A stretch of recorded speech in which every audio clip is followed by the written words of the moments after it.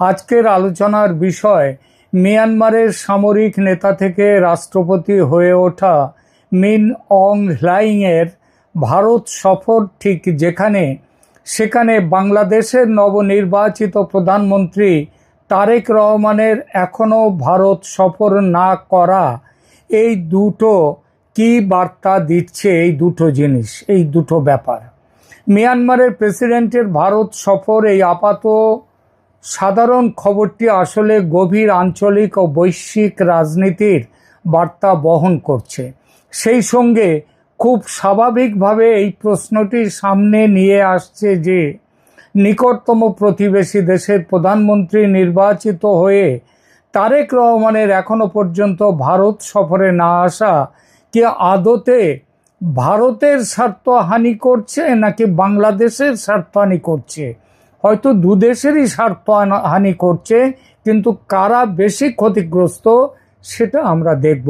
আর দেখব এইভাবে চীন পাকিস্তানের চাপে পড়ে ভারত সফরে না আসা কি বাংলাদেশের পক্ষে কতটা তাদের স্বার্থহানি করছে, সেই ব্যাপারটি আমরা দেখব।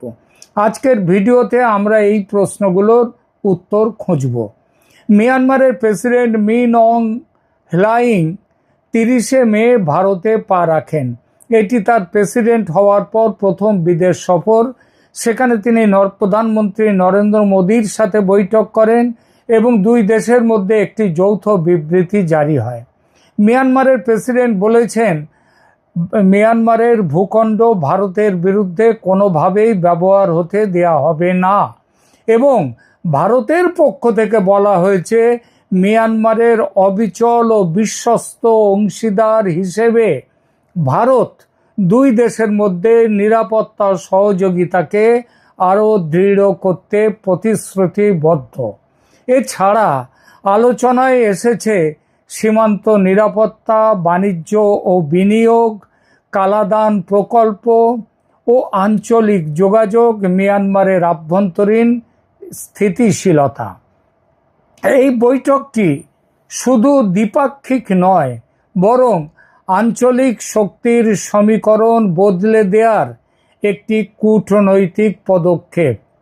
মিয়ানমারের ভারতকে প্রথম বেছে নেওয়া, মানে প্রেসিডেন্ট হওয়ার পরে তিনি প্রথম এলেন ভারত সফরে। চীনের প্রতি কী বার্তা তিনি দিতে চাইলেন, এখানেই মিয়ানমারের প্রেসিডেন্টের ভারত সফরের আসল বার্তা লুকিয়ে আছে। মিয়ানমারের ইতিহাসে প্রথমবারের মতো একটি সামরিক অভ্যুত্থানের পর গঠিত সরকারের প্রধান প্রথম বিদেশ সফরে চীন নয়, ভারতকে বেছে নিলেন। এটি বেইজিংকে স্পষ্ট বার্তা দিচ্ছে। বার্তাটা কি? যে মিয়ানমার শুধু চীনের ওপর নির্ভরশীল নয়, তাদের আরও একটি কৌশলগত বিকল্প আছে। এবার ভারতের দিক থেকে দেখুন, মিয়ানমারকে পুরোপুরি চীনের প্রভাব বলয়ে ছেড়ে দেয়া হবে না, কারণ দিল্লি বুঝেছে মিয়ানমার যদি চীনের একক প্রভাবের মধ্যে থাকে তবে ভারতের পূর্বাঞ্চল, সীমান্ত নিরাপত্তা এবং বাণিজ্যিক করিডর সব বিপদে পড়বে। মনে রাখবেন, ভারতের সাথে মিয়ানমারের সীমান্ত কিন্তু খুব একটা কম নয়, কয়েকশো কিলোমিটার। অর্থাৎ মিয়ানমার ভারতকে দিয়ে চীনের ওপর চাপ সৃষ্টি করছে, আর ভারত মিয়ানমারকে দিয়ে চীনের একক প্রভাব কমাতে চাইছে। এই সফর একটি পরস্পরের জন্যেই যথেষ্ট উপকারী, গুরুত্বপূর্ণ, কিন্তু অত্যন্ত কৌশলী সম্পর্ক একটা তৈরি করছে। এর পরিপ্রেক্ষিতে বাংলাদেশের প্রেক্ষাপট, মোদির তারেক রহমানকে আমন্ত্রণ ও তারেক রহমানের ভারতে সফরে না আসা, এই বিষয়টি এবার দেখা যাক। বাংলাদেশের নবনির্বাচিত প্রধানমন্ত্রী তারেক রহমানকে ভারতের প্রধানমন্ত্রী নরেন্দ্র মোদী চিঠি পাঠিয়ে স্পষ্ট আমন্ত্রণ জানিয়েছিলেন তার তাজপোশী ক্ষমতায় বসার সময়। আমাদের ওম বিড়লা, ভারতের লোকসভার স্পিকার, সেই চিঠি হাতে তুলে দিয়েছেন তারেক রহমানের। কি লেখা ছিল? কি লিখেছিলেন প্রধানমন্ত্রী নরেন্দ্র মোদী সেই চিঠিতে? লিখেছিলেন, সুবিধাজনক দ্রুততম সময়ে ভারত সফরে আসুন। খেয়াল করবেন লাইনগুলো, সুবিধাজনক সময় আপনার, কিন্তু দ্রুততম ভারত সফরে আসুন। কিন্তু তারেক রহমান এখনো ভারত সফরে আসেননি তো বটেই, বরং বিভিন্ন ব্যাপারে ভারতের সঙ্গে দূরত্ব তৈরি করছেন। এরই মধ্যে তারেক রহমানের সচিবালয়ের 14 জনের এক প্রতিনিধি দল গতকাল চীন সফরে গেছেন। এখানেই প্রশ্ন উঠছে, কেন বাংলাদেশ প্রধানমন্ত্রী ভারতের এই আমন্ত্রণ উপেক্ষা করছেন? বাংলাদেশের জন্য এই অপেক্ষা কি সঙ্গত বা ঠিক? আঞ্চলিক রাজনীতিতে সময়ের অর্থ খুব গুরুত্বপূর্ণ। মিয়ানমার ভারতের ডাকে দ্রুত সাড়া দিয়েছে। তিনি ভারতে এসেছেন, মিয়ানমারের প্রেসিডেন্ট, বৈঠক হয়েছে এবং দুই পক্ষের জয়েন্ট ডিক্লারেশনও বের হয়েছে। বাংলাদেশের ক্ষেত্রে সব কিছু এখনো ঝুলে আছে। এখানে বাংলাদেশে আসলে চীন ও পাকিস্তানের কূটনৈতিক ও রণনৈতিক চাপের কথা বিবেচনা করতে হবে। চীন সবসময় বাংলাদেশকে ভারতের থেকে দূরে রাখতে চায়। চীন চায় বাংলাদেশ তার অর্থনৈতিক ও কৌশলগত প্রভাবের মধ্যে থাকুক। চীনের প্রভাব এবং ভারতের প্রভাব যত কমে ততই মঙ্গল। এমনকি বাংলাদেশের অভ্যন্তরীণ রাজনীতিতেও চীনের প্রভাব বাড়ছে। পাকিস্তানও চায় বাংলাদেশ ভারতের থেকে দূরত্ব বজায় রাখুক। এজন্য পাকিস্তান বিভিন্নভাবে কূটনৈতিক ও রাজনৈতিক চাপ সৃষ্টি করছে। আর চীন, পাকিস্তান, বাংলাদেশ মিলে একটি অ্যাক্সিস, একটা জোট তৈরির কথা তো প্রকাশ হয়ে গেছে আগেই। কুনমিংয়ে এই জোট তৈরি হয়েছিল। উদ্দেশ্য কি? ভারতকে চাপে রাখা। এই চাপে চীনের স্বার্থ হচ্ছে বাণিজ্য, ইন্দো প্যাসিফিক অঞ্চলে নিজের ক্ষমতা বাড়ানো।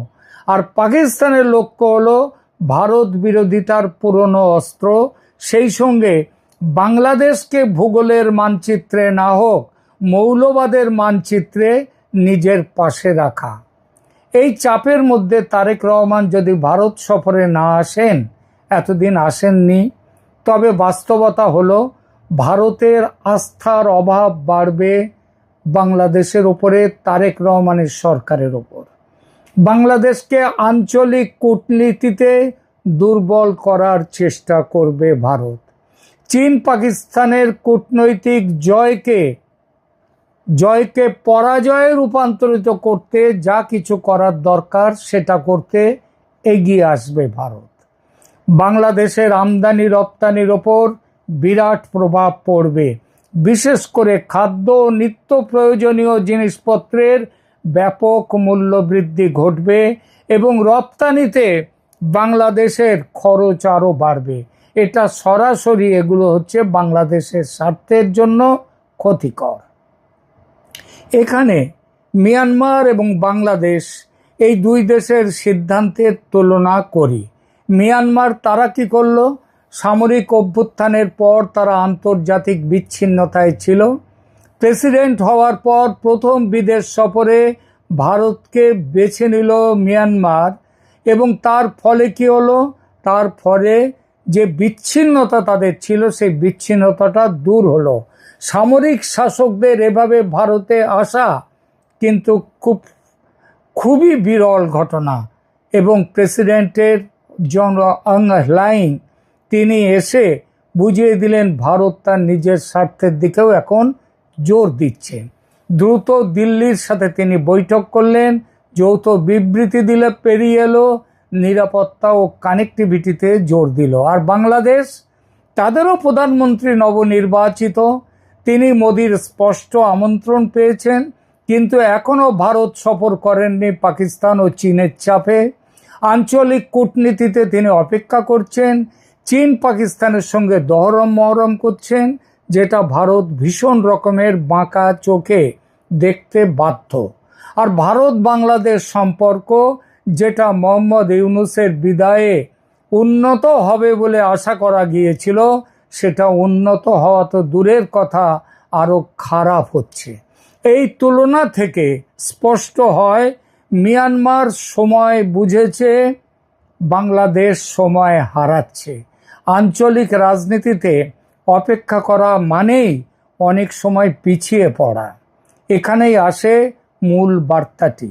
চীন ও পাকিস্তানের চাপে পড়ে ভারত সফরে তারেক রহমানের না আসা, পক্ষান্তরে চীনে 14 সদস্যের তার সচিবালয়কে পাঠানো, দ্বিপাক্ষিক সম্পর্ক মজবুত না করা ভারতের সঙ্গে এবং আঞ্চলিক কূটনীতিতে আনুষ্ঠানিক আমন্ত্রণকে উপেক্ষা করে বাংলাদেশের ক্ষতি করছে তারেক রহমানের বাংলাদেশ সরকার।